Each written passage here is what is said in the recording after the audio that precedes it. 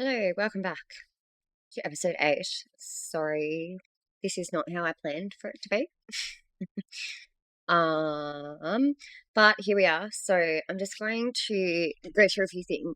The plan originally for this episode was going to be to go through the current events that were going on at the time. However, it's been a few weeks since then, so I'm just going to do a bit of an updated version. So in November, which is now, I think it was like a week ago or maybe even just a few days ago, the Premier of Tasmania released a statement saying we are making significant progress in preventing violence against women and children. It's great to hear. Not sure how though. When the shelters are all full, wait lists are blowing out. Frontline workers are drowning, and victim survivors are being told, sorry, we can't see you yet. If that's progress, I'd really hope to see what a decline looks like. I myself am once again on waiting lists with my daughter to go back to a homeless shelter. Again, because of the situations that we've been put in as victims, and the system loves looking after the perps and not the victim survivors, especially the children. Make that make sense.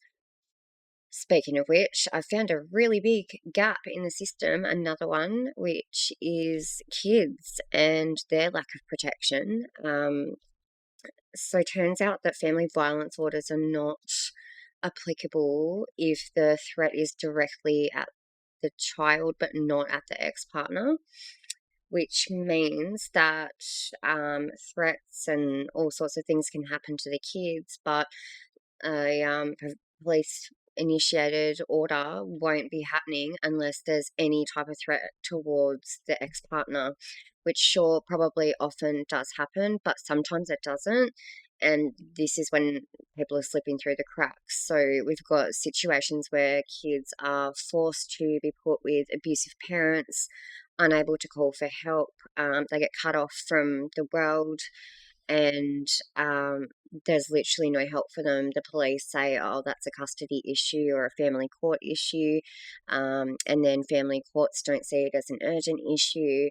And if they do, they say, well, you need to take that up with police, and it's just ping-ponging back and forth. And it's a crock of shit. I'm actually really over it. Um, I'm coming up with a new business idea as well, like around that area, to help out, because I've got a couple of instances where people's kids are getting essentially held hostage or trapped and unable to communicate out, or they feel coerced into having to say that they're fine when they're not. Welfare checks don't mean anything because, they by the time they go around there, the kids are too scared to tell the truth. And all of it does eventually come out, when they do get back to the safe parent, but it's not good enough. They don't have any support. So that's just a huge thing that has been on my radar very recently, and I'm following up with it, having some meetings with a couple of people, hopefully in the next few weeks, potentially a minister as well, to see if I can get like a couple of ideas going with that. Um, um, um, um, um, so yeah, so the Premier said he's like, significant progress statement, which makes literally zero sense. And then, so he based it on a prevention snapshot. So basically, it's about what he's talking about is like schools doing education pieces and stuff like that, which is great. Schools, workplaces, it's prevention work though. It's not after the fact or during the fact. So that's real great for 10, 15 years away, but it's really not fucking helpful for now and all of the people suffering now and all the people that have suffered. So I call bullshit on that one. Do better, Premier. That's all I have to say about that. Also, not to mention that the same week that he came out saying this crap, he also decided to quietly cancelled the annual walk for the elimination of the elimination of violence against women and children. Uh, the irony of that happening in the same week. Um, it sort of reminds me of how there was uproar not long ago because the Hobart Clinic was getting shut down because of lack of funding. And then, a couple of days later, the Premier decides to go and get a lifeline tattoo on him. Um, a real spit in the face, to be honest, to a lot of things. There's just a lot of political bullshit, if I'm honest, and I'm kind of over it if you can't tell by my tone of voice. Sorry. Uh, so yeah, the walk's been cancelled. I'm still doing the fundraiser thing for myself if I can. Things have definitely, I guess, changed and escalated a lot in the last couple of weeks, but my intention is to still try to do I think it's 16 days for violence against women and children. And I think that I can put the fundraiser in the notes as well for more information. It may not, mean much, and it's just one person, but I don't give a shit because one person is better than no people. But yeah, you don't cancel something like that.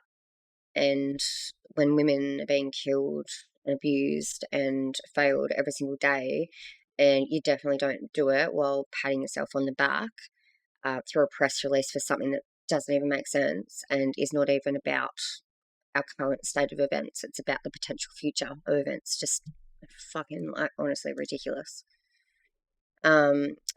So let's talk about money, because apparently Tasmania got 15.7 million in federal anti-violence funding earlier this year, which supposedly rolled out in July. It's now November, and we still have no breakdown of where it went, no list of recipients, no outcomes, no KPIs, no transparency at all.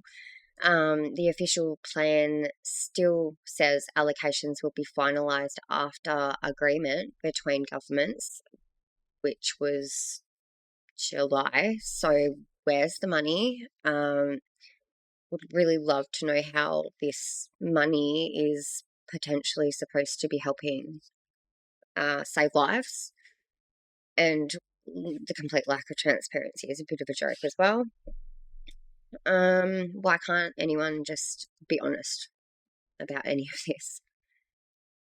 Now pull out to the national scale, because it's not just Tasmania that it's an issue, it's the whole country.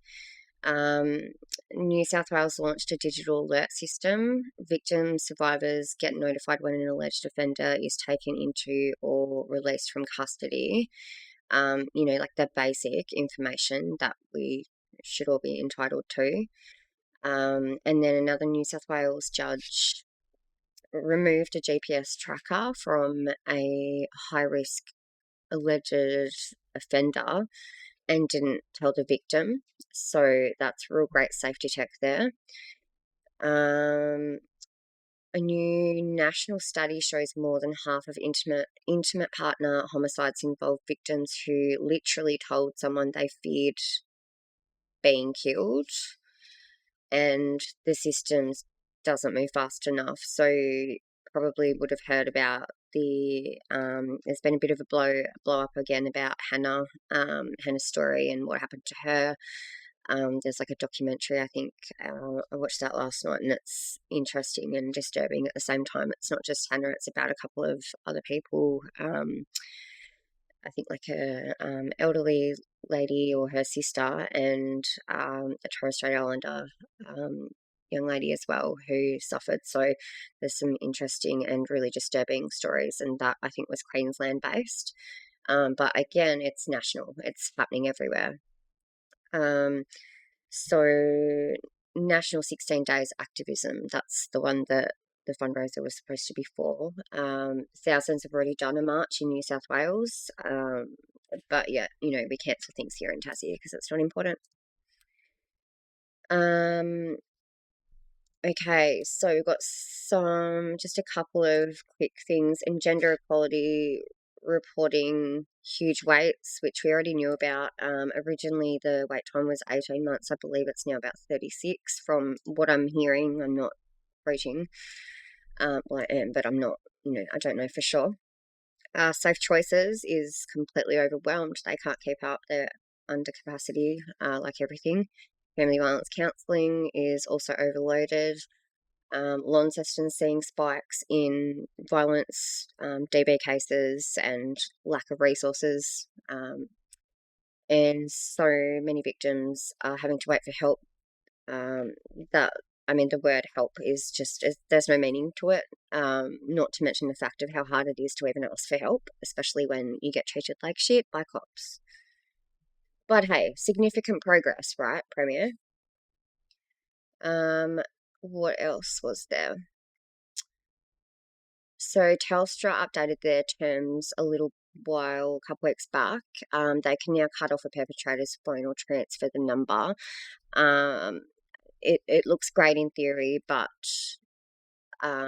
it's a little bit more involved than that. So it's not anyone who's on the Telstra network can be cut off. It's like if you've got, say, a couple of mobiles on the one account with an ex-partner or partner, and especially like financial abuse, this will happen a lot. If there's abuse going on, you can then ask Telstra to remove your number, transfer your number, and take action that way. So it's still better than nothing, excuse me, but it definitely has to be like with Telstra and on the same account. So it's just a little bit more technical than that, but it's still a win, to be honest. We've had two major pieces from Our Watch and the Human Rights Commission saying children experiencing family violence are still treated as witnesses, not victims, which kind of again goes back to what I was saying before. Kids who walk into services alone often get sent straight into child protection instead of getting actual support. Again, it's very much like a family law versus criminal law, and then safety versus custody shit that causes a lot of issue. And then I was going to originally talk about Chelsea Bracken, who was a young Aboriginal woman who died in custody after a medical episode down here in Tas. And that was really just to put a light on it again. And there's a bit of talk around in the intergenerational trauma, poverty, systemic neglect, all that kind of stuff, which Agenda did do that study recently about systemic issues. And how many people, I think it was like 75% or something, had been failed by systemic issues, which I am also one of them. So that's pretty much where we're at. Yeah, that's probably all for now. I know it's not very long. Sorry, I wanted to quickly do a rundown. I will start thinking of some more intensive episodes to come up. I just really needed to get back into it and let you know that I'm still here and to give a quick update. But there's just so many moving parts, just so many things at the moment. It's just getting a bit difficult to do to get the time because obviously child and such. Babysitting is very, very rare when I can manage it. But I will just keep going, and I'm definitely going to be, like I said, looking into this project business idea. So there'll be more to come on that as well. Cool. I hope everyone's well. Please reach out if you need anything, have any questions, and I will promise I will check back in soon. I'll try to do something very soon, even if it's just like a quick story on something, and not a full episode because I don't want to lose this momentum. All right. Thanks. Have a good day or night and weekend. Bye.